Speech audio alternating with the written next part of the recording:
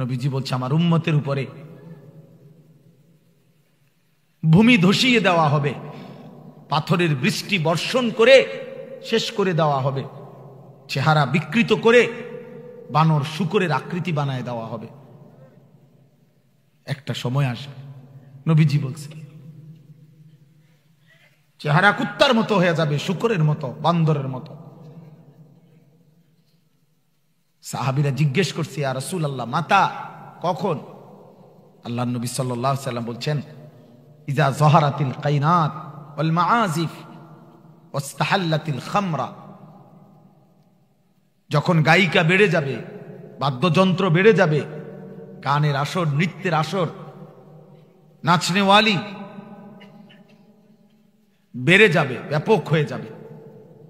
ওয়াস্তাহাল্লাতিল খামরা, সাধারণ এই পানির মতো, হালাল পানির মতো মানুষ মদ আর নেশা পান করতে থাকবে। আল্লাহর নবী সাল্লাল্লাহু আলাইহি ওয়াসাল্লাম বলছেন, তখন কাউকে মাটিতে ধসিয়ে দেওয়া হবে, কাউকে পাথরের বৃষ্টি বর্ষণ করে ধ্বংস করে দেওয়া হবে, কাউকে চেহারা বিকৃত করে দেওয়া হবে। এই জন্য দোস্ত, বাড়াবাড়ি করো না, কেউ গাদ্দারি করো না। শেষ পর্যন্ত তুমি রবের সাথে পারতা না, আমিও পারবো না, তুমিও পারতা না। কোন গাদ্দারি শেষ পর্যন্ত পারে নাই।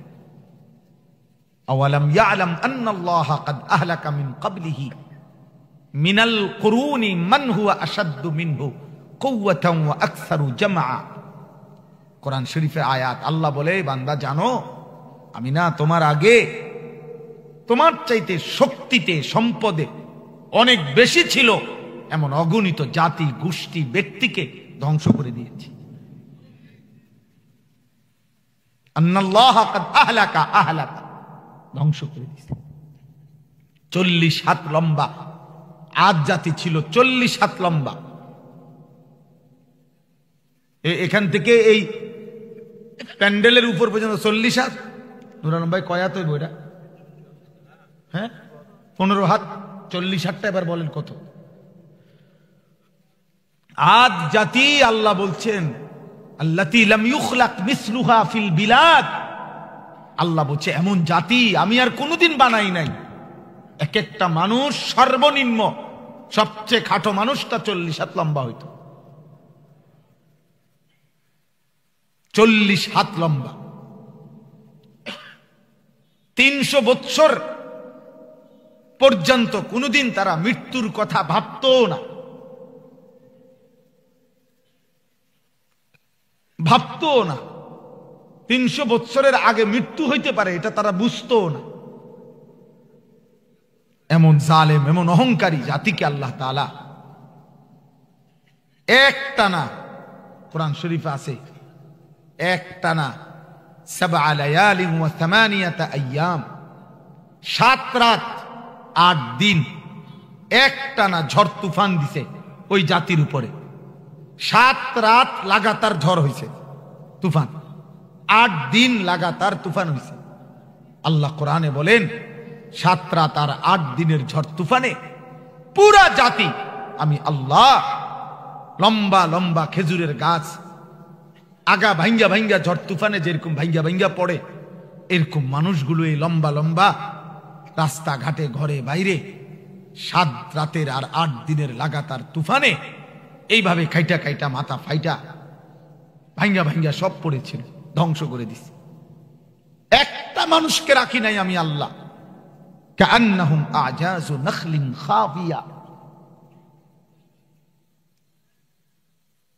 এজন্য আমার দোস্ত, আমার ভাই, নিষেধ শোনো, নিষেধ। উলামায়ে কেরামের আহাজারি শোনো। আমিও তামসা করতে আসি নাই, আপনারাও তামসা করতে আসেন নাই। প্রত্যেকেই, আমার কথা হইল, যার যখন দরকার আপনি চলে যাবেন, কোনো সমস্যা নাই, আমরাও চলে যাব। কিন্তু আল্লাহর কথা কলিজা দিয়া শোনা উচিত, ফিকিরের সাথে শোনা উচিত। রে ভাই, তোমরা নওজোয়ান বয়সীদেরকে আমরা চিৎকার করি আসলে একটা উদ্দেশ্যে, ধীরে ধীরে ভোটের প্রস্তুতি নিতেছি, অথবা ধীরে ধীরে ইলেকশন করবো, খোদার কসম, রব্বে কাবার কসম, বিষয়টা এটা না, আসলেই না। এটা এমন কোনো ফিকিরও নাই, এমন কোনো উদ্দেশ্য না। উদ্দেশ্য হলো তোমার এই লাগাতার বেনামাজি জিন্দিগি তোমারে মুসিবতে ফেলবে।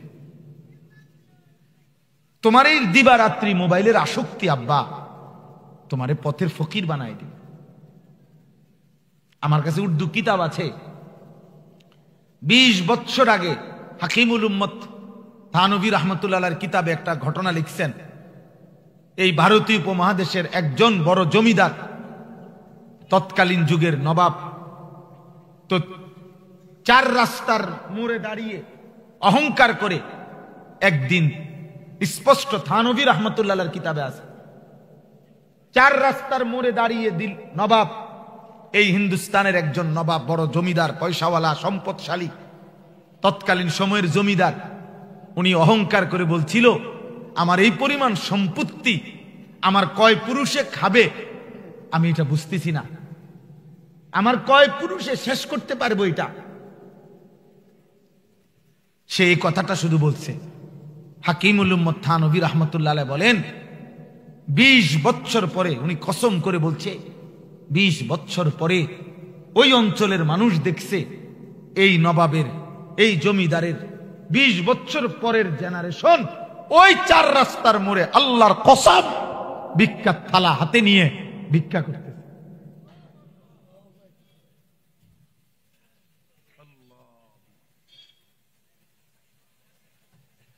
ভিক্ষা করতেছে, ভিক্ষা।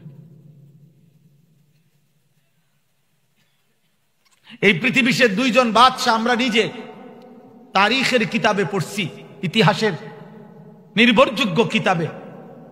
এই মুসলিম 2 জন খলিফা ছিলেন। একজন খলিফার নাম হিশাম ইবনে আব্দুল মালিক, আরেকজন খলিফার নাম ওমর ইবনে আব্দুল আজিজ। সমসাময়িক সময়ে ওনারা ইন্তেকাল করছেন। হিশাম ইবনে আব্দুল মালিক, ওনারও 11 জন সন্তান ছিল, আর ওমর ইবনে আব্দুল আজিজেরও 11 জন সন্তান ছিল। 2 জনই বাদশাহ ছিলেন ইসলামী খেলাফতের। কিন্তু হিশাম ইবনে আব্দুল মালিক উনি উনার মৃত্যুর সময় 11 জন সন্তানের প্রত্যেকের জন্য পৈতৃক ওয়ারিস সম্পদ 1 লক্ষ করে স্বর্ণ মুদ্রা একজন একজন সন্তানের জন্য রেখে গেছেন। 11 লক্ষ স্বর্ণ মুদ্রা। কিন্তু উনি তাকওয়া তাহারাতের উপরে পূর্ণ ছিলেন না। আর ওমর ইবনে আব্দুল আজিজ ছিলেন এই পৃথিবীর খলিফাদের মধ্যে একজন তাকওয়া মুত্তাকির জ্বলন্ত নমুনা, আল্লাহ ভীরু। তো উনিও ইন্তেকালের সময় ওনার 11 জন বংশধরের জন্য, সন্তানের জন্য, উনি ওয়ারিসদের জন্য 11টি স্বর্ণ মুদ্রা, মানে প্রত্যেকের জন্য একটা একটা স্বর্ণ মুদ্রা রেখে গেছেন। ওনার ছেলেরা 11 জন পাইছে একটা একটা করে স্বর্ণ মুদ্রা, আর হিশাম ইবনে আব্দুল মালিকের 11 জন ছেলে পাইছে 1 লক্ষ করে করে 11 লক্ষ স্বর্ণ মুদ্রা। স্বর্ণ মুদ্রা অনেক দামি, স্বর্ণের টাকা আগের দিনে যেটা ছিল। তো ওই কিতাবে আমরা নিজে পড়ছি, তারিখওয়ালারা লিখছেন যে আল্লাহর কসম পরবর্তী সময়ের ব্যবধানে ইসলামী খেলাফতের ওই মানুষগুলো দেখছে মুসলিম শাসন খেলাফতের আমলে যে যারা 1 লক্ষ করে স্বর্ণ মুদ্রা পাইছিল এক একজন ছেলে, কিন্তু আল্লাহর নাফরমানি আর খামখেয়ালি তারা যখন জীবন কাটাইছে, পরবর্তী সময়ে কসম আল্লাহর এই 1 লক্ষ স্বর্ণ মুদ্রা পাওয়েন না ছেলেদের প্রত্যেকেই যাকাতের টাকার জন্য হাত পাতছে ওদের কাছে যারা তাদের বাবার থেকে স্বর্ণ মুদ্রা পাইছিল। 1 স্বর্ণ মুদ্রা, 1 দিনার। কিন্তু ঈমান, তাকওয়া, বাবার আদর্শ, আল্লাহর বিধানের উপরে থাকার কারণে পরবর্তীতে তারা মানুষদেরকে যাকাত দিত, আর হিশামের ছেলেরা যাকাত নিত।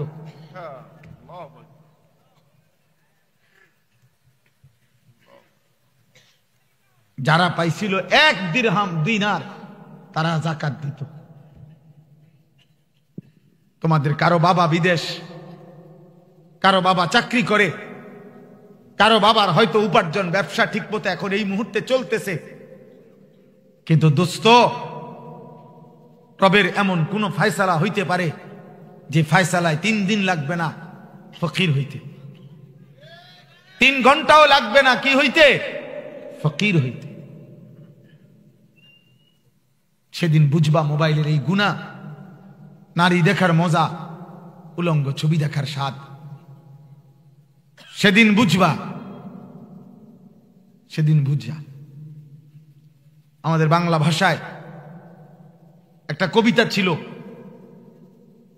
অভাবের সময়, দুর্ভিক্ষের সময় এক কবি কবিতার মধ্যে 2টা লাইন লিখছিল এই কথা, যে ভাত দে নয়তো মানচিত্র গিলে খাবো। অভাবের কারণে লিখছিল আর কি, যে ভাত দে নয়তো কি গিলে খাবো, মানে দেশ গিলে খাবো, মানচিত্র গিলে খাবো। 1974-এ এই বাংলাদেশে দুর্ভিক্ষ হয়েছিল। 1974-এর মনন্তর আমরা ছোটবেলায় স্কুলের বইতেও পড়ছি, একই ভাগারে, ময়লার বাগারে, ময়লার ডাস্টবিনে কুকুর এবং মানুষ একসাথে খাবার খুঁজে খুঁজে খাচ্ছিল। এই ছবি আঁকা শিল্পাচার্য জয়নুল আবিদিনের আমরা নিজ চোখে দেখছি। আপনি দেখছেন এটা? আমরাও তো পড়ছি এটা। এই 71 পরবর্তী বাংলাদেশে বেটা, এখনো বাংলাদেশের বয়স 100 বছর হয় নাই, এখনো 100 বছর হয় নাই। আব্বা, খুব বেশি বাড়াবাড়ি করো না, খুব বেশি বাড়াবাড়ি করো না। আমি বললাম, তোমাদের অসংখ্য ছেলের কলিজা শক্ত হয়ে গেছে, হৃদয় তোমাদের পাথর হয়ে গেছে, কোন কথাই তোমাদের বুকে বলের মতো এটা যেন ওয়ালে বাড়ি দিলে এদিকে আবার ফিরে আসে, প্রতিধ্বনি হয়। অর্থাৎ তোমার বুকের কাছে বললেও এটা তোমার কলিজার কাছ থেকে ফিরে চলে আসে, ভিতরে যায় না। তোমরা কোনোভাবেই বুঝতে চাচ্ছ না যে তোমাদের আগামী দিনে অভাব, দারিদ্রতা, দুর্ভিক্ষ, মহামারী আরো বেশি আসবে। বাপ, আরো বেশি আসবে। এই অশ্লীলতা, বেহায়াপনা, অসভ্যতা, সংসারের বিচ্ছিন্নতা। তোমরা অনেক ছেলে আসো, সকালবেলা ঘুম থেকে উঠে আরেকবার রাত 12টা পর্যন্ত, ঘুম যাওয়া পর্যন্ত মা বাবার সাথে তোমাদের কোনো সম্পর্ক নাই।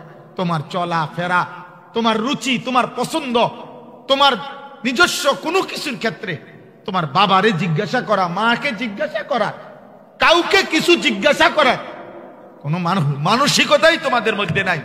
তোমরা মনে করতেছ তোমরা এক সময় না বন্ধু, অথবা মোবাইল, অথবা হারাম কোন নারী, অথবা বেহায়াপনা ছবি, এইভাবেই খাইয়া দাইয়া ফুর্তি কইরা, রং তামাশা কইরা, নারী ছবি, উলঙ্গ দৃশ্য দেখে তোমরা জীবন রাতের পর রাত, দিনের পর দিন পার করতেছ। আমার বাপ, হয় আমি থাকবো না, নয় তুমি থাকবা না, কিন্তু পৃথিবী দেখবে একদিন যে তোমরা দারিদ্রতার অভাব, মহামারী আর রোগ ব্যাধি আর বড়সড় মুসিবতে পড়ে গেছে। বড়সড়।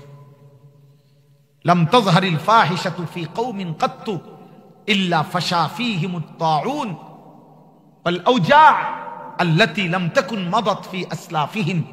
নবীজির হাদিস, কোন জাতি, কোন কওম, কোন সম্প্রদায়ের মধ্যে যদি অশ্লীলতা ব্যাপক হয়ে যায়, আল্লাহর নবী বলেন, আমি বললাম নবীজি বলছেন, উম্মত আমি ভবিষ্যৎবাণী করে গেলাম, তখন ওই জাতির মধ্যে মহামারী আসবে এবং এমন এমন রোগ ব্যাধি আসবে যে রোগ ব্যাধি তোমাদের পূর্ববর্তীদের মধ্যে কোনো কালেই ছিল না। রাসূলুল্লাহ সাল্লাল্লাহু আলাইহি ওয়াসাল্লাম বলছেন, লাম তাযহারিল ফাহিশাতু ফি কওমিন ইল্লা কাসুরা ফীহিমুল মাউত। কোন এলাকায়, কোন সম্প্রদায়, কোন জাতি গোষ্ঠীর মধ্যে যদি অশ্লীলতা, বেহায়াপনা, এই নারী ছবি, অসভ্যতা, নোংরামি, মাওলানা সাহেব বলতেছিলেন দেখে আমি আর বলতে চাচ্ছিলাম না, কিন্তু আবারও বললাম, আমি আর না বলে পারলাম না। আল্লাহ নবী সাল্লাল্লাহু আলাইহি সাল্লাম বলেন, যেখানে নারী ছবি, অশ্লীলতা, বেহায়াপনা, ফাহিশা, উলঙ্গতা, খোদার কসম বেড়ে যাবে। আল্লাহ নবী বলছেন, ইল্লা কাসুরা ফীহিমুল মাউতু, ওই জাতি, ওই মহল্লা, ওই এলাকা, ওই অঞ্চলে মৃত্যুর আধিক্য, মৃত্যুর পরিমাণ খুব বেশি বেড়েছে। এই জন্য দৃশ্যপট বদলাইতে সময় নেবে না, সময় নেবে না। হাদিসের মধ্যে আছে, আল্লাহর নবী সাল্লাল্লাহু আলাইহি সাল্লাম বলছেন, মুসিবত যখন আসবে কানিজামিন কুতিয়া সিলকুহু, এভাবে নবী উদাহরণ দিয়ে বুঝাইছেন। এই যে 100 দানার এই তসবিহ, মনে করেন এখানে এটা যদি এখানে কেটে দেয়, এখন এখান দিয়ে যদি ব্লেড দিয়ে ফুঁস দেয়, তাহলে 100 দানা জমিনের মধ্যে পড়তে কত ঘন্টা লাগবে বলো না ভাই? আল্লাহর নবী কসম এইটা বুঝে বলছে, কানিজামিন কুতিয়া সিলকুহু, যেন ওই মালা, যে মালার রশি কেটে ফেলছে, মালার রশি যদি কেটে ফেলে সব ফুল যেমন ঝরে পড়ে, তসবির দানা যেমন সব ঝরে পড়ে, আল্লাহ রাসূল বলেন মুসিবত শুরু হলে তোমাদের উপরে মুসিবত এরকম ধারাবাহিক যে একটার উপরে 30টা, একটার উপরে 100টা মুসিবত একসাথে এসে পড়ে।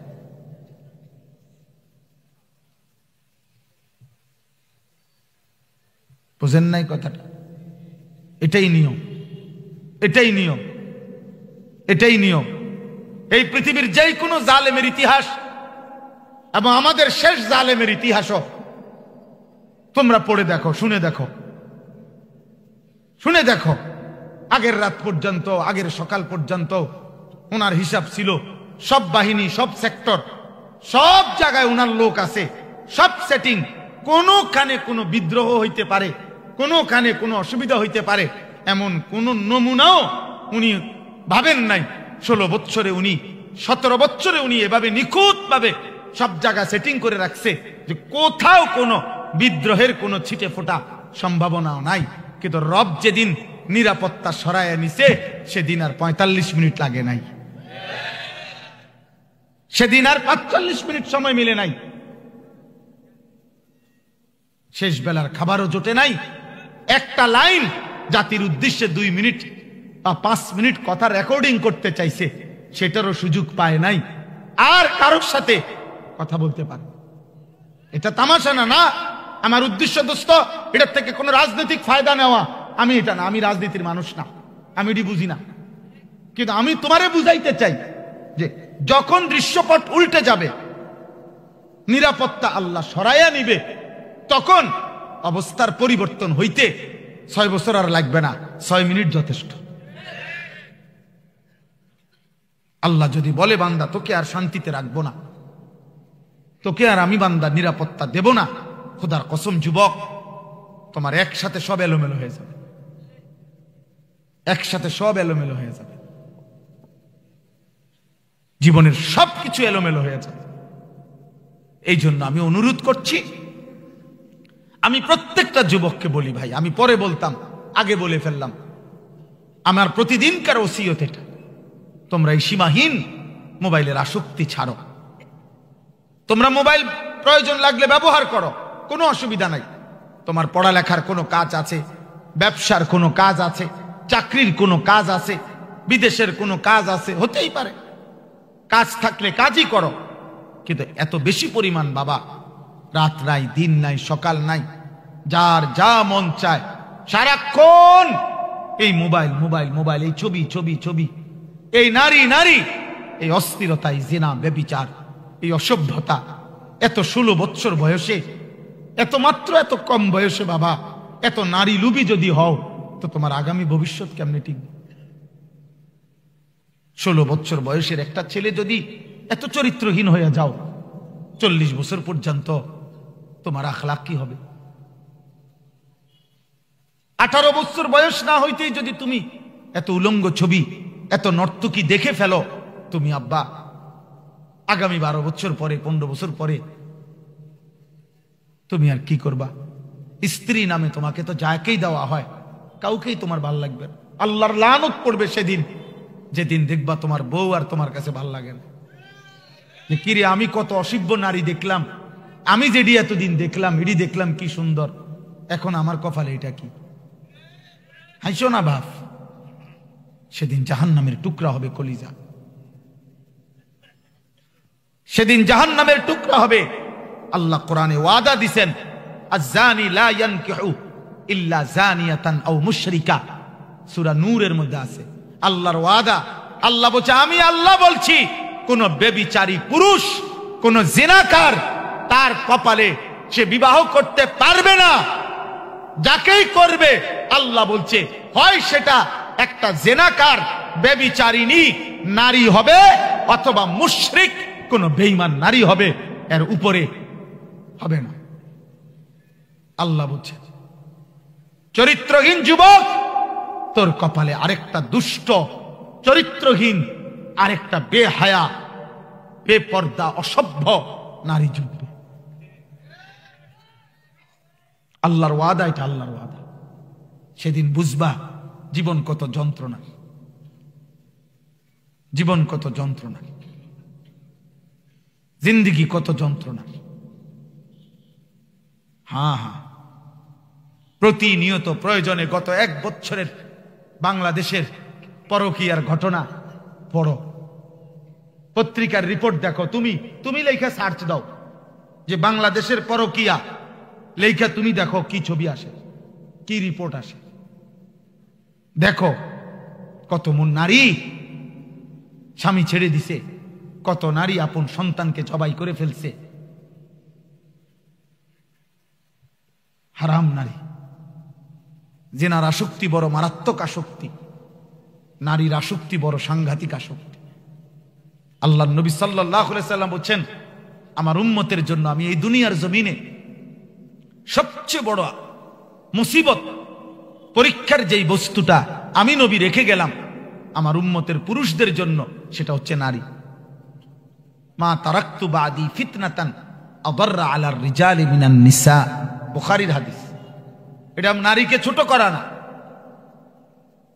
বরং আল্লাহ রাসূল সাল্লাল্লাহু আলাইহি সাল্লাম বলেছেন, তুমি পুরুষ যদি চরিত্র হেফাজত না করো, তাহলে নারীর ফান্দে তোমার জীবন, যৌবন, উপার্জন, তোমার সংসার, সম্ভ্রম, মর্যাদা, বংশ, পারিবারিক ইজ্জত, তোমার আগামী জেনারেশন সব কলঙ্কিত হবে, সব কলঙ্কিত হবে, সব কলঙ্কিত হবে। একদিন তোমার কিচ্ছু থাকবে না, কিচ্ছু থাকবে না, কিছুই থাকবে না।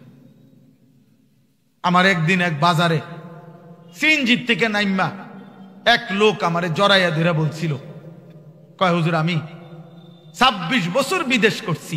বেটা এমন কান্দা কানছে আমারে ধইরা, কয় যে আমি উপজেলার সদরে 4 তলা বিল্ডিং করছি, 8টা ইউনিট, মনে করছি আর বিদেশ করতাম না, বাইতে এলাইছি।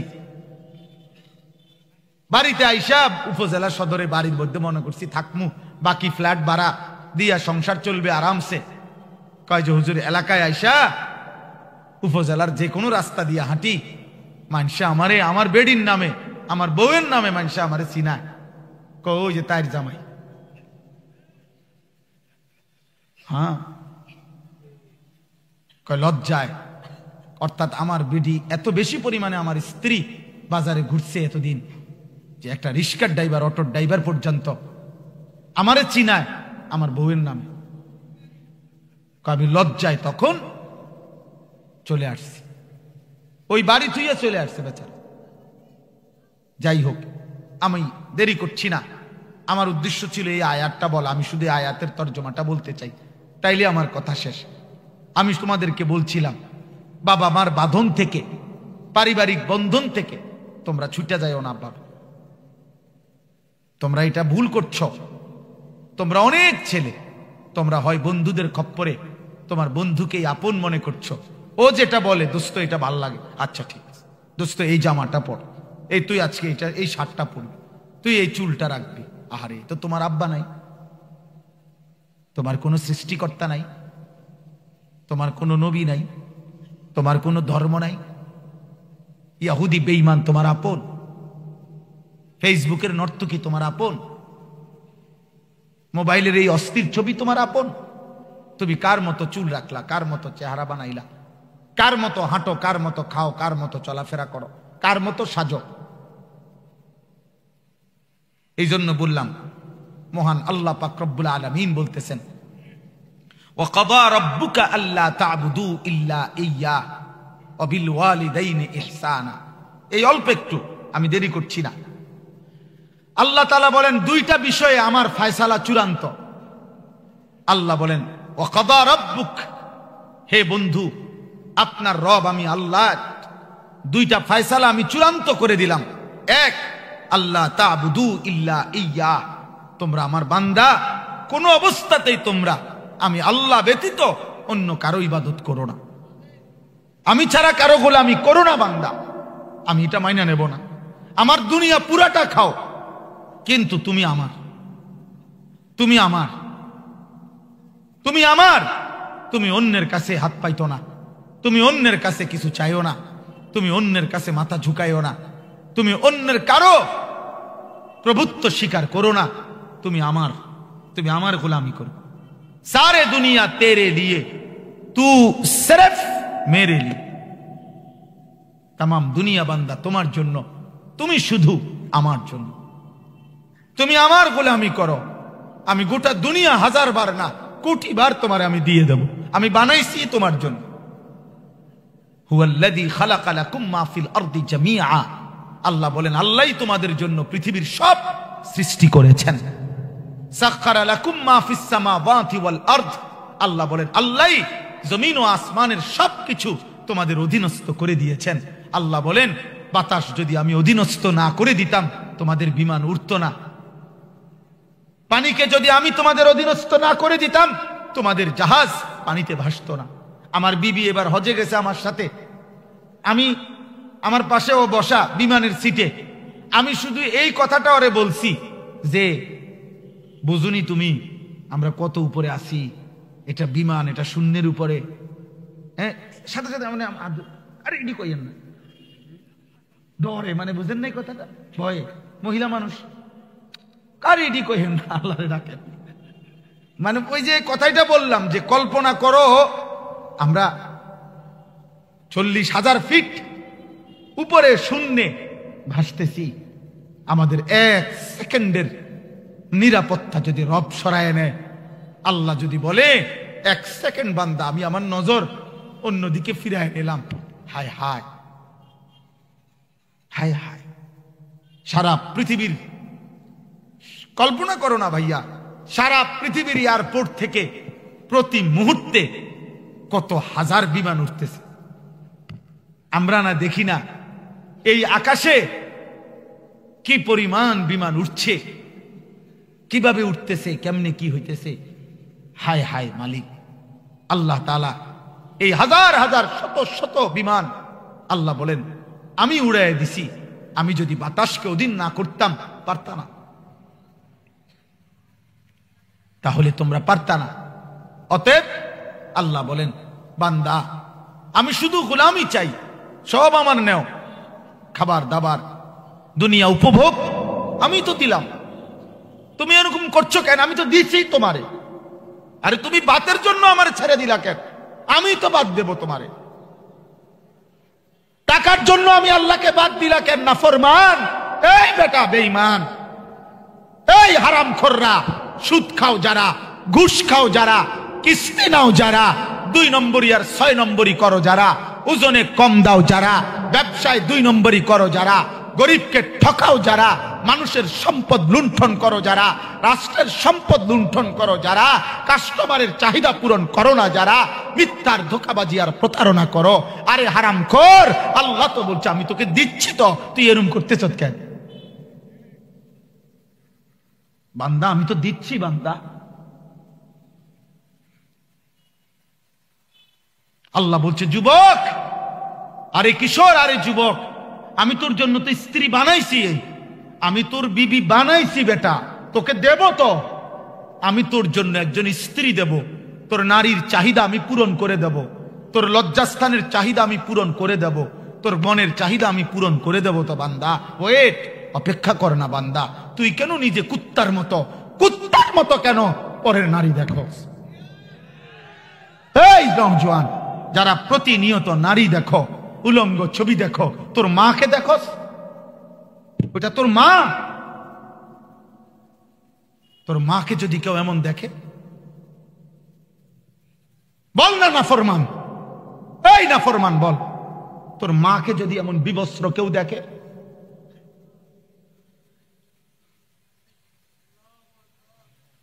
কথা বলে না, তোর বোনকে যদি কেউ দেখে, তোর বিবাহিত স্ত্রীকে যদি কেউ এরকম উলঙ্গ কেউ দেখে, তোর আপন ফুফুকে যদি কেউ এমন দেখে, তোমার খালাকে যদি কেউ এমন দেখে, তোমার গায়রতে লাগবে না? তোমার আত্মসম্মানে লাগবে না? মনে করলে এটা আমি সেটা কইছি না, এটা আল্লাহর নবী বলছে। নবীজি এক যুবককে এটা বলছে। যুবক জেনা করতে চাইছিল, নবীজির সামনে কইছিল অনুমতি চাই। আল্লাহর নবী তাকে এই 5টা কথা বলছে যে যুবক বলো তো, তোমার মায়ের সাথে কেউ জেনা করুক? বলছে না। তোমার মেয়ের সাথে? না। তোমার বোনের সাথে? না। তোমার ফুফুর সাথে? না। তোমার খালার সাথে? না। নবীজি বললেন তাহলে যুবক, অন্য মানুষও তো চাইবে না তার মায়ের সাথে কেউ জিনা করুক, তার মেয়ের সাথে কেউ জিনা করুক, তার বোনের সাথে কেউ জিনা করুক। মানুষ তো প্রয়োজনে দুনিয়া উজাড় করে দিবে, মানুষ তো প্রয়োজনে নিজের তাজা খুন দিয়া দিবে। তুই আমার বোনের দিকে হাত দিলি কেন? তুই আমার ইজ্জতের গায়ে হাত দিলি কেন? তুই আমার কন্যার গায়ে হাত দিলি কেন? তুই আমার মায়ের দিকে চোখ তুলে তাকাইলি কেন? যদি কারো আত্মমর্যাদা থাকে সে কি এটা বলবে না? কথা বলে না কেন? আল্লাহর নবী তখন এই কথা বলার পর ওই যুবক বলছে, ইয়া রাসূলুল্লাহ, আমি কসম করলাম আমি আর কোনোদিন জিনা করব না। সাহাবায়ে কেরাম বর্ণনা করছেন, ইয়া রাসূলুল্লাহ, না, সাহাবায়ে কেরাম বর্ণনা করছেন ওই যুবক নবীজির কথার পরে আর কোনোদিন হারাম কোনো ভিন নারীর দিকে চোখ তুলেও তাকায় না। প্রিয় যুবক, ফিরো ফিরো। আমিও নরসিংদীর না, তোমরাও কুমিল্লার না। আমিও চলে যাব ক্যান্টনমেন্ট ময়নামতি, তোমরা চলে যাবা তোমাদের ঘরে। তোমার রব আল্লাহ, আমার রব আল্লাহ।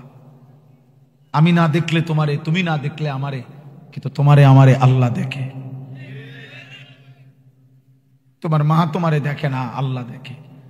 তোমার বাপ তোমারে দেখে না, আল্লাহ দেখে।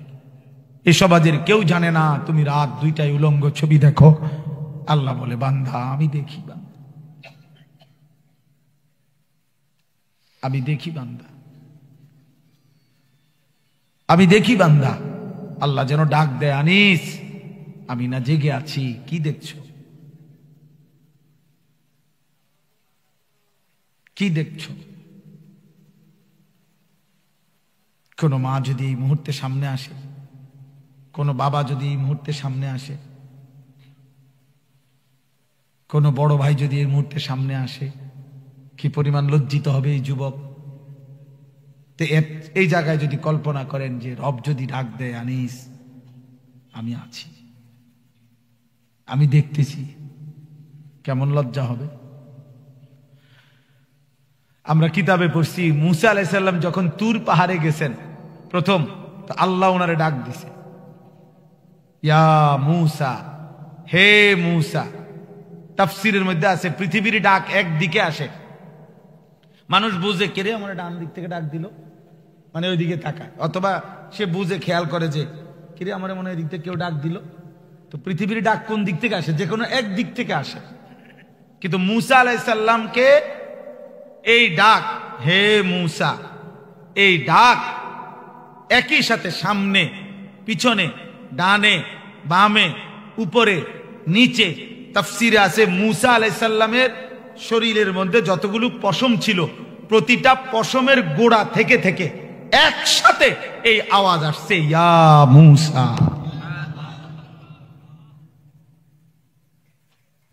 হে মুসা। একাকী মানুষ তুর পাহাড়ে অন্ধকার রাতে কনকনে ঠান্ডা, সাথে কেউ নাই, এই সময়ে ডাক দিছে। মুসা তো মুসাই, মুসা আলাইহিস সালাম বেড়া ছিল। তাফসীরে আছে মুসা নবী স্টিল দাঁড়ানো থেকে বলছে ভিতর থেকে, আপনি কে? আল্লাহ তখন নিজে পরিচয় দিছে, ইন্নানি আনাল্লাহ। মূসা আমি আল্লাহ। রব্বুল আলামিন বললেন মূসা আমি আল্লাহ। তাইলে বলেন আল্লাহ যদি আমারে ডাক দেয় আনিস, কেমনে পারলা আমার সামনে? আমি তো উপস্থিত। সারাটা রাত একটা সেজদা না দিয়ে কেমনে পারলা নারী দেখে ছবি দেখে শেষ করে দিতা?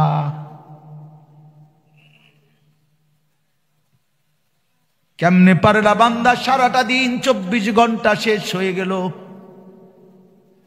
একটা রবিবার সোমবারের সামনে চলে আসলো, অথচ একটা রবিবার তোমার জীবন থেকে চলে গেল বান্দা, আমি মালিক রে একটা সেজদাও দিলা না। মনে হয় যেন রাত 12টা বাজার পরে আল্লাহ, আমার মনে হয় যেন রাত 12টা বাজলে যখন সোমবার শুরু হয়, রাত 12টা বাজার 5 মিনিট আগেও যেন আল্লাহ ডাক দিয়ে বলে আনিস, তাহলে আজকের রবিবারে বুঝি আমি আল্লাহরে আর একটা সেজদাও দিবা না? আজকের বার তো শেষ হয়ে যাচ্ছে।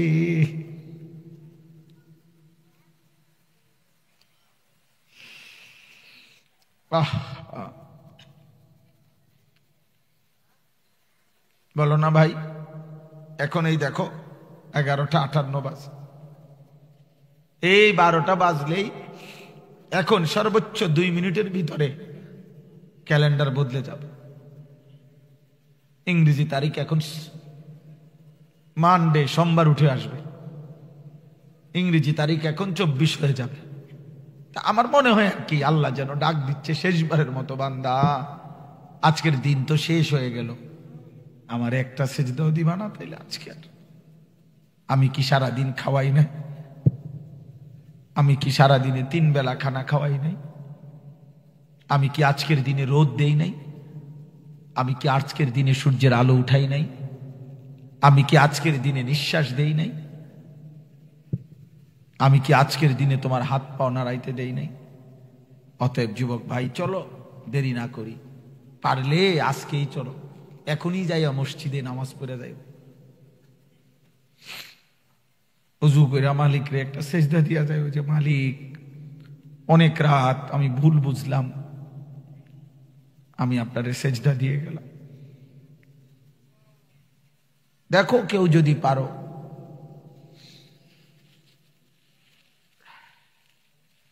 যদি মনে করো তো ইনশাআল্লাহ আলী মালিক খুশি হবে, বলবে গুনায় ভরা আমার লাখো যুবকের মধ্যে থেকে বান্দা তুমি এক যুবক আমাকে সেজদা দিলা, যা বান্দা আমি ওয়াদা দিলাম হাসরের দিন আমি তোরে আমার পাশে বসাবো, পাশে। ইন্না রাব্বাকা লা ইয়াজাবু লিশ-শাব্বি লা সাবওয়াতা লাহু, হাদিসের মধ্যে আছে আল্লাহ ওই যুবককে দেখে, কি কম তরজমা, হাদিসের মধ্যে আছে আল্লাহ তাআলা ওই যুবককে দেখে সরাসরি আল্লাহ আশ্চর্য হয়, আল্লাহ অবাক হয় ওই যুবকের প্রতি। চারিদিকের গুনার মাঝখান থেকে যে যুবক তার চরিত্র হেফাজত করে, গুনাহ করে না, রব্বে কাবার কসম এই কোরআন ধরে বলছি, আল্লাহর নবী বলছে মহান আল্লাহ নিজে ওই যুবককে দেখে অবাক হয় যে করছে কি ফোলা, এত মানুষ নারী দেখে ছবি দেখে, আমার এই নওজোয়ানদি দেখে না। এই জন্য দোস্ত বক্তা তো ওয়াজ মাকসাদ না, ওয়াজ তো আলহামদুলিল্লাহ আমার শায়েখ করছেন কলিজা দিয়া, আমি না বললেও চলতো। এটা আমার আসলে আমি এমন একটা আজকে ভেজালে ছিলাম, আমাদের খতিব আজম মুনাজের জামান আল্লামা নুরুল ইসলাম অলিপুরি হযরত দামাত বারাকাতুহুমের মাদ্রাসায় সামনে, ওই মাদ্রাসার সামনে বাজারে, এখানে মাদ্রাসা সহ 7 দিন ব্যাপী তাফসিরুল কোরআন মাহফিল, ওইখানে আমি মাগরিব বাদ বয়ান করছি শায়েস্তাগঞ্জ, ঠিক 7টা 40 পর্যন্ত। ওইখান থেকে নাইমা এখানে আসছি। আহমদুল্লাহ ভাই হলো আমার, এটা হলো আমার লজিং এই মাদ্রাসা, মানে আমি এখানে এই চলার পথে অহরহ, আপনারা কেউ জানেও না, বহু রাত আমরা এসে এখানে ঘুমাই, সকালে ঘুমাই, ঘুমাই টুমাই ভাত খাইয়া আবার মাহফিলে যাই। এই হিসাবে এটা আমার চলতি লজিং। এই আর ওইটা হইলো অলিপুরি হুজুর, অলিপুরি হজরত, আমার বাংলাদেশের বুজুর্গ, আমাদের মাথার তাজ। ওনার একটা কথা আমাদের জন্য আদেশ, ওনাদের দোয়া, ওনাদের ভালোবাসা, ওনাদের আদর আমাদের আগামী দিনের চলার প্রেরণা। এই জন্য এই গাছে আর মাছে আমার মাহফিল। কোথায়? শায়েস্তাগঞ্জ থেকে আমি এখানে আসছি। ওনারও কত অনুরোধ করছি, আহমদুল্লাহ ভাইরে, ভাই আমার আল্লাহর দোহাই ছাড়া দেন। উনি ছাড়ে নাই। ওইখানে বলছি, ওইখানে ওলারাও ছাড়ে নাই। যার কারণে এই ব্যাপক গ্যাপের এই মাহফিল আমি শেষ করে দিলাম। আমি অনুরোধ করছি যুবক, চলো, আমি তোমাকে তোমার বিবেকের হাতে ছেড়ে দিলাম, তোমাকে আমার রবের হাতে তুলে দিলাম। আমার মালিক যদি তোমার কলিজায় কোনো বিবেক দেয়, তা আল্লাহ বলছে, বান্দা এটা আমার ফায়সালা, আমার গোলামি করো, তুমি আমার গোলামি করো, আমার সেজদা দাও। বান্দা আমি কি অন্যায় করছি তোমার কাছে? বলো, তুমি কেন আমার একটা সেজদাও দিবা না? আমি কি না দিলাম তোমার? কি না দিলাম? কি না দিলাম রে আব্বা? কোন মা যদি এটা বলে, কোন মা যে ফুত আমি তোর কাছে কি অপরাধ করছি, তুই আমারে মা বলে ডাকো না কেন? আমি মায়ের কথা শুনো না কেন? এইটা আল্লাহ দ্বিতীয় কথা বলছে, অবিল ওয়ালিদাইনি ইহসানা। আমার দ্বিতীয় ফয়সালা, বান্দা মৃত্যু পর্যন্ত তুমি বাঁচবা যতদিন, মা বাবা বাঁচবে যতদিন, তুমি সন্তান তোমার মা বাবার সাথে উত্তম আচরণ করো। সুখে কিংবা দুঃখে, আনন্দ কিংবা বেদনায়, মা তোমারে কষ্ট দোক, মা তোমারে যন্ত্রণা দোক, বাবা তোমারে কষ্ট দোক, বাবা তোমারে যন্ত্রণা দোক, হর দম সুখে থাকো দুঃখে থাকো, যেমনে থাকো, অভাবে থাকো আর সচ্ছলতায় থাকো, মারে কষ্ট দিও না, বাপেরে কষ্ট দিও না, মায়ের এক ফোঁটা চোখের পানি ফেলো না, বাবার দীর্ঘশ্বাস বাবা যেন কোনোদিন না বলে আফু তুই আমারে কি কইলি, মা যেন কোনোদিন না বলে বাপ তুই আমারে কি করলি, তুই কেমনে আমার কথা না মানলি না। আল্লাহ বলেন, বান্দা তোর মা যদি এটা বলে ফেলে, তোর বাবা যদি এটা বলে ফেলে, আমি এটা সহ্য করতাম না, আমার আরশ ছিদ্র হয়ে যাবে, আমার আরশ ছিঁড়ে যাবে। এই জন্য হাদিস আছে, নবী বলছেন সব পাপের শাস্তি আল্লাহ আখেরাতে দিবে, কিন্তু মা বাবার নাফরমানির শাস্তি, এটাই পড়ছিলাম হাদিস। আল্লাহর নবী বলছেন মা বাবার নাফরমান সন্তান আল্লাহ তাকে জমিনেই, পৃথিবীতেই, বেঁচে থাকতেই, দুনিয়ার হায়াতেই তাকে শাস্তি দেবেন। অতএব মাকে কষ্ট দিও না, বাপকে কষ্ট দিও না। লম্বা ব্যাখ্যা করতে চাই না। আল্লাহ বলেন, ইম্মা ইয়াবলুগান্না ইনদাকাল কিবারা আহাদুহুমা আও কিলাহুমা, মা বাবা যদি বৃদ্ধ হয়ে যায়, দুইজন কিংবা একজন, তুমি 5টা কাজ মা বাবার সামনে করবা। আল্লাহ বলেন, এক, ফালা তাকুল্লাহুমা উফফিন, মা বাবার যে কোনো বিরক্তিকর আচরণে তুমি উফ বইল না, উফ বল, বিরক্ত হইও না তুমি। এখানে মা বাবা যেন উহ না বলে এটা না, আল্লাহ বলছে তুমি বলবা না, তুমি সন্তান, অর্থাৎ মা বাবার আচরণে তুমি বিরক্ত হইয়া বলবা না যে ওহ কি শুরু করলো বেডিটা, এবারটা কিতে শুরু করলো আমার লগে। এই সন্তান তুমি মা বাবার সামনে উফ বলো না, উহ বলো না। আচ্ছা, আল্লাহ বলছে সন্তান তুমি বইলো না উহ, এবার মা বাপ যদি বলে উহ, অবস্থাটা কি হবে? যেখানে আল্লাহ বলছে তুমি সন্তান বইলো না, সেখানে যদি মা বাবার কলিজার থেকে বাইর হয় আহ আহ সন্তান, আহাফুত কি করলি, আল্লাহ বলেন বান্দা আমি এটা সইতাম না, এটা যেন না হয়, আমি ছাড়বো না তোরে, তোরে শেষ করলাম, তোকে আমি অপমান করব। মায়ের একদিনের নাফরমান হয়তো একদিনের কষ্ট আর আহাজারি হতে পারে তোমার 30 বছরের সুখ চলে যাবে। এই জন্য ফালা তাকুল্লাহুমা উফফিন ওয়ালা তানহারহুমা, বাবা মাকে 2 নম্বরে আল্লাহ বলছে ধমক দিও না। 3 নম্বরে ওয়াকুল্লাহুমা কাওলান কারীমা, সব অবস্থায় তাদের সাথে কথা বলবা উত্তম কথা, ভদ্রচিত কথা, সম্মানজনক কথা, নম্র কথা। 4 নাম্বার ওয়াখফিজ লাহুমা জানাহাজ যুল। এগুলার অনেক ব্যাখ্যা আছে, গভীর রাত দেখা করলাম না। 1 নাম্বার হলো উফ বলবা না। কে বলবে না উফ? এই ভাই বলেন না, বিরক্ত হবা না। 2 নাম্বার হলো ধমক দিও না। 3 নাম্বার হলো মা বাবার সাথে সম্মানজনক কথা বলবা, উত্তম শব্দ দিয়া কথা বলবা। 4 নাম্বার আল্লাহ বলেন প্রতিবার যখনই মা বাবার সামনে আসবা নিজের চুল নিজের চেহারা অঙ্গভঙ্গি নিজেকে মা বাবার সামনে খুব নম্রতার সাথে পেশ করবা। অর্থাৎ দাঁড়াইছে, হ্যাঁ কন কিতেছে কন কইবে রে না কিতা, মা কব থাক ফুট বুঝইছে, হ্যাঁ বুঝইছে আব্বা থাক, একটা কথা কইলাম হলে থাক বাপ চা, চেহারা দেখেই বুঝইছে বাপ। ভিতরের রুম থেকে বললে আরে কইবে না, এন থেকে শোনা যায় না, করে কাছে আইতে কইলেই তো হয় কথা। এটা আব্বাই বলবে না বাবা থাক, লাগবে না রে বাপ। বাপের একটা লুঙ্গি দরকার ছিল, হয়তো বলতে চাইছিলাম যা কইতাম না, আর বাস নেই কয়দিন, পুরার লুঙ্গি পরেই যাই গা।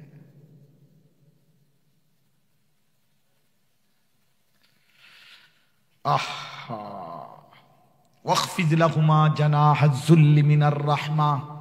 তাহলে আল্লাহ বলেন প্রতি মুহূর্তে মা বাবার সামনে নিজেকে পেশ করবা একদম নরম নম্র। মা বাবা যেন দেখলেই বুঝে আমার সন্তান আমি যা বলি আমার সব আবদার পূরণ করবে।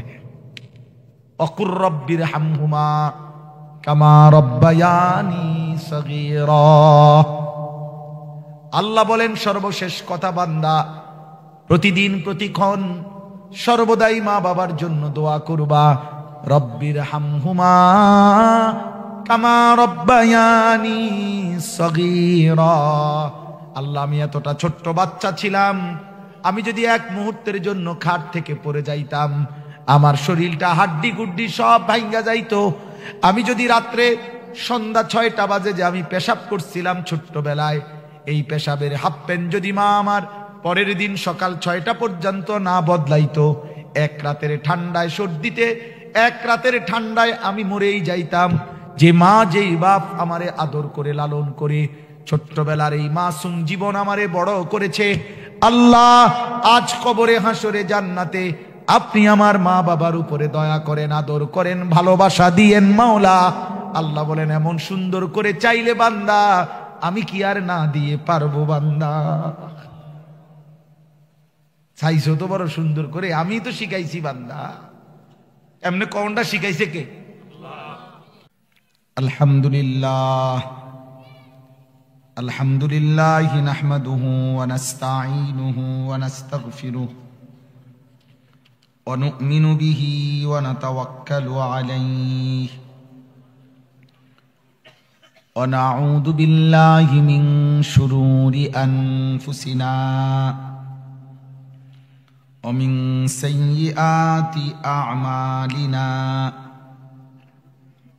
من يهده الله فلا مضل له ومن يضلله فلا هادي له ونشهد أن لا إله إلا الله وحده لا شريك له ونشهد أن سيدنا وحبيبنا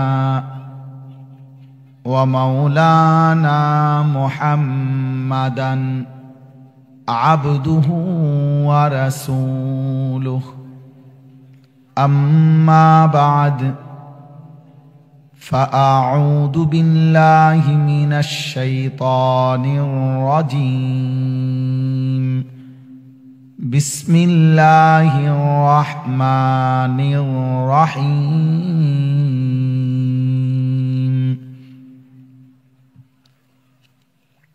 وقضى ربك ألا تعبدوا إلا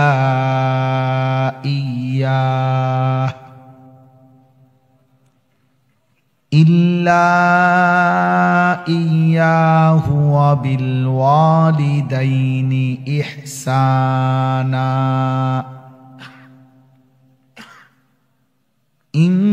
إما يبلغن عندك الكبر أحدهما أو كلاهما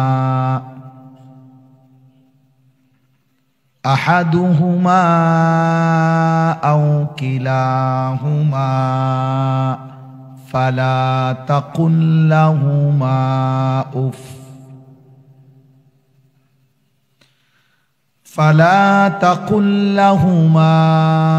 أف ولا تنهرهما وقل لهما قولا كريما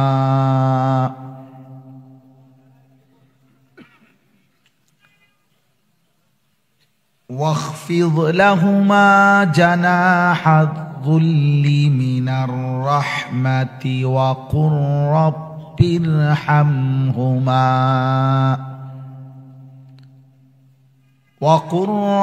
ارحمهما كما ربياني صغيرا ربكم أعلم بما في نفوسكم إن تكونوا صالحين فإنه كان للأوابين غفورا صدق الله مولانا العظيم وقال نبينا صلى الله عليه وسلم كل الذنوب يؤخر الله إلى أجل مسمى إلا عاق الوالدين فإنه لن يموت حتى يعذبه الله في الأرض أو كما قال النبي صلى الله عليه وسلم اللهم صل على محمد وعلى آل محمد كما صليت على إبراهيم وعلى آل إبراهيم إنك حميد مجيد اللهم بارك على محمد وعلى آل محمد كما باركت على إبراهيم وعلى آل إبراهيم إنك حميد مجيد سبحانك لا علم لنا إلا ما علمتنا إنك أنت العليم الحكيم الحمد لله আল্লাহ পাক রব্বুল ইজ্জত জুল জালাল ওয়াল ইকরামের ফজল করম রব্বুল আলামিনের অপরিসীম ইহসান মেহেরবানি দয়া আল্লাহ তাআলা আমাদেরকে আজ 23 নভেম্বর 2025 রোজ রবিবার নরসিংদী শিবপুর জামিয়া মাহমুদিয়া মোহাম্মদপুরের 2 দিনব্যাপী বার্ষিক ইসলাহি মাহফিলের আজকের প্রথম দিনের এই সমাপনী লগ্নে আল্লাহ তাআলা আমাদেরকে আসবার বসবার আল্লাহর জন্যই জমা হওয়ার তৌফিক দান করেছেন আলহামদুলিল্লাহ। মুআজ্জাজ মুহতারাম হাজিরিন, আজকের এই মোবারক মাহফিল আলহামদুলিল্লাহ আমার পরম শ্রদ্ধেয় শায়েখ আরিফ বিল্লাহ হাকিমুন নফস আল্লামা মুফতি মুশতাকুন নবী কাসিমি হাফিজাহুল্লাহ হযরত বয়ান করেছেন এবং আরও শ্রদ্ধেয় হযরত উলামায়ে কেরাম বয়ান করেছেন। বিশেষ করে আমার শায়েখের বয়ান আমি আয়েশাও অল্প একটু শুনতেছিলাম। তখন ফজরের নামাজের গুরুত্বের কথা শেষ দিকে বলতেছিলেন, এতটুকু আমি আয়েশা শুনছিলাম। এবং শেষ একটা কথা বলতেছেন হযরত যে আল্লাহ, আমি আপনার বান্দাদের কান পর্যন্ত পৌঁছাইছি, আপনি তাদের দিল পর্যন্ত পৌঁছান। তখন আমি গাড়ি থেকে নামতেছিলাম। এরপরে খুব সম্ভব বলছেন যে আমার নাকি আরেকটা মাহফিল আছে, তো এর মধ্যেই হযরত নামছেন। আলহামদুলিল্লাহ। তো আসলে শায়েখ দামাত বারাকাতুহুমের বয়ানের পরে আমরা বয়ান করা এটা কোনোভাবেই মানায় না। এবং রাতও অনেক হয়েছে, অনেক নওজোয়ান ভাই হিম্মত করে মহব্বত করে আপনারা বাবারা কষ্ট করে বসে আছেন। আমি অল্প একটু সময় কোনোভাবেই লম্বা না করে, যেহেতু এই মাহফিল আগামীকালকেও হবে ইনশাআল্লাহ, এজন্য খুব লম্বা না করে, ইন্তেজামওয়ালাদের বিশ্রাম দরকার আছে, কালকে আবারও ওনাদেরকে নতুন করে সব কিছু গুছাইতে হবে। এই জন্যে লম্বা সময় না করে সামান্য একটু সময় কোরআনুল কারীমের সামান্য কিছু কথা আমি আরজ করতে চাই। আল্লাহ তাআলা আমাদেরকে তৌফিক দান করেন। পবিত্র কোরআনুল কারীমের 15 নম্বর পারা, কোরআনুল কারীমের 17 নম্বর সূরা, সূরাটার নাম সূরায়ে বনী ইসরাইল। এই সূরার 3টি আয়াত 23, 24, 25 আমি এই মাত্র তেলাওয়াত করেছি। একটা কথা উল্লেখযোগ্য যে মোটামুটি যারা কম বেশি ওয়াজ শোনে তাদের কাছে এই আয়াত পরিচিত আয়াত। ব্যাপকভাবে আলহামদুলিল্লাহ আমাদের দেশের ওলামায়ে কেরাম সর্বস্তরের মানুষের কাছে এই আয়াত শোনায়, বলে। এক কথাই হলো পিতা মাতার প্রতি উত্তম আচরণ, মা বাবার প্রতি সৎ ব্যবহার, এই বিষয়ের উপরে এই আয়াতটি একটা গুরুত্বপূর্ণ আয়াত। কোরআনুল কারীমের মধ্যে আল্লাহ তাআলা আরো একাধিক জায়গায়ও পিতা মাতা অথবা কোথাও পিতার গুরুত্ব, কোথাও মায়ের গুরুত্ব, কোথাও উভয়ের গুরুত্বের উপরে আরো অনেক জায়গায় উল্লেখ করছেন কোরআনুল কারীমে। বাকি এই জায়গার মধ্যে বিশেষভাবে এই আয়াতগুলোর মধ্যে পিতা মাতার প্রতি উত্তম আচরণের কথা উল্লেখ করছে। ফলে মা বাবার খেদমতের ওয়াজ, পিতা মাতার প্রতি সদ্ব্যবহারের প্রতি ওয়াজ, এটা বলতে প্রসঙ্গে স্বাভাবিকভাবেই হযরত উলামায়ে কেরাম, ওয়াইজিনে কেরাম এই আয়াত পড়ে থাকেন। তো আমিও আজকে এই আয়াত আপনাদের সামনে পড়লাম। নওজোয়ান ভাই, তোমাদের জন্য এই আয়াত দিক নির্দেশনা। দোস্ত, আমার কথা হলো এটাই, আমি প্রত্যেক দিন এই কথাটা বলতে চাই যে কারো কোনো জনপ্রিয়তা দিয়ে কিচ্ছু আসে যায় না। এ যে যা বলছে এগুলো বলছে আর কি, এগুলো যে সময় বলছে না ওই সময় আমরা ওয়াজ করছি। হ্যাঁ, যে সময় কোনো টাইটেল আসিল না, পদ আসিল না, পদবি আসিল না, ওই সময় আলহামদুলিল্লাহ 3 ঘন্টা 4 ঘন্টা 4.5 ঘন্টাও টানা বয়ান করছি আলহামদুলিল্লাহ। এই জন্য বললাম জাস্ট যার যার মহব্বতে যার যার শব্দ উচ্চারণ, কিন্তু মূল বিষয় হলো প্রিয় ভাই, প্রিয় বাবা, কারো কোনো জনপ্রিয়তা দিয়ে কিচ্ছু আসে যায় না। আমি এটা প্রত্যেক দিন বলি, আমাকে যদি 1 কোটি মানুষও চেনে আমার কবরের আযাব মাফ হবে না। আমারে যদি 10 কোটি মানুষও চেনে আপনাদের কারো কবরের আযাব মাফ হবে না।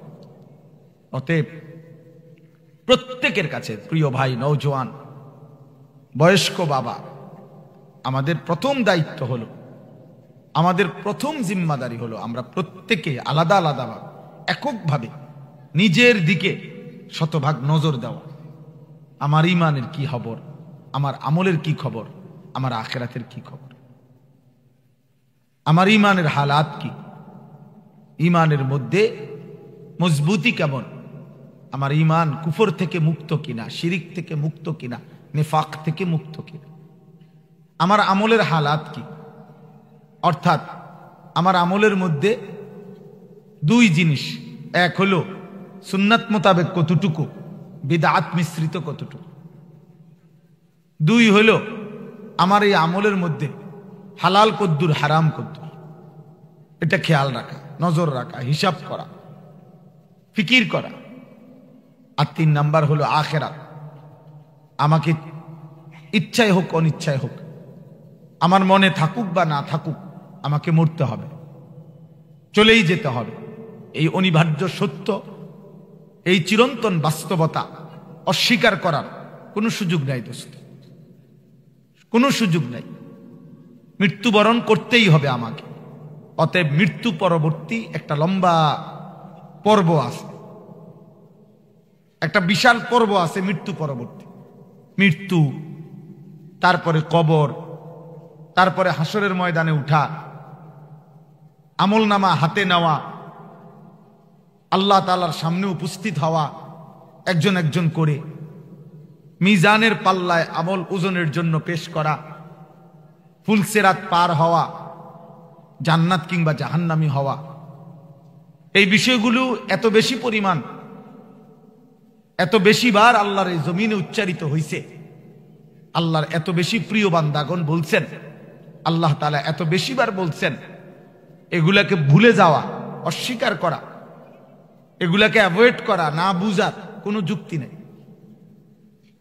কোনো যুক্তি নাই। আমি আসলে আখিরাত বুঝি নাই, এটা আপনি ইচ্ছা করে বাটপারি করতেছেন, আপনি বুঝেন নাই বলছেন যে।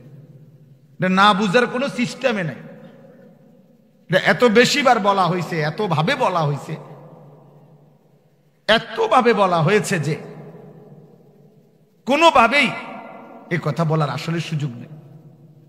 এজন্য কোরআনুল কারীমের মধ্যে আছে, জাহান্নামী বান্দাদেরকে ফেরেশতা বলবে, আলাম ইয়াতিকুম নাদির, তোমার কাছে কি কোনো ভয় প্রদর্শনকারী বান্দা আসে নাই? কেউ কি তোমাকে জাহান্নামের কথা বলে নাই? তখন ক্বালু বালা, আজকে যদিও 900 বলতেছে, জাহান্নামী হাসরের দিন আখিরাতে বলবে, হ্যাঁ কাদ জাআনা নাদির, আমার কাছে ভয় প্রদর্শনকারী বান্দা এসেছিল। ফাকাদ্দাবনা, মোবাইল আলগি দিও না, এই অসভ্য কোথাকার, পট বেটা এখান থেকে, বেটা অপদার্থ কোথাকার, বেটা নিষেধ করলাম না বেটা, তুমি মনে করছো আমি দেখতাম না? হ্যাঁ, খামখেয়ালি কোথাকার, মাস্ক খোলো।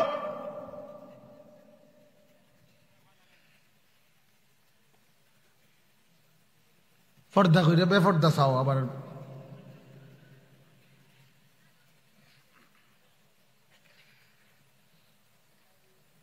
তোমার ঘুমের দরকার, ঘুমায় যাও, যাও। এটা জরুরি বিষয়। কোনোভাবেই আপনারা যদি, আমরা যদি আজকের প্রজন্মকে খামখেয়ালি করলে হবে না বাবা। সবাই মিল্লা মস্কারি করতেছেন, বাপ, চাচা, ভাই, দাদা, ফ্যামিলির সদস্যরা, অভিভাবকরা, সবাই মিল্লা আপনারা তামসা শুরু করছেন যে আর হবে না। 14 বছরের বাচ্চার কাছেও আমরা পরাজিত, 16 বছরের ছেলের কাছেও আমরা পরাজিত, 12 বছরের ছেলেও হাতের থেকে মোবাইল ছাড়ে না। ও মা, মায়ে কয় হেতে ফুলান মানুষ, হেতে কান দে, আব্বাই কয় বে বে। আপনি ফাইজলামি করেন? হ্যাঁ, এভাবে জাতি টিকবে, এইভাবে পৃথিবী টিকবে মিয়া।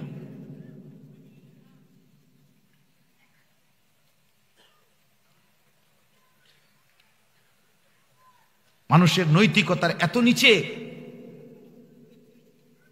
যেটা বর্ণনা করলে কানে আঙ্গুল দিতে হবে।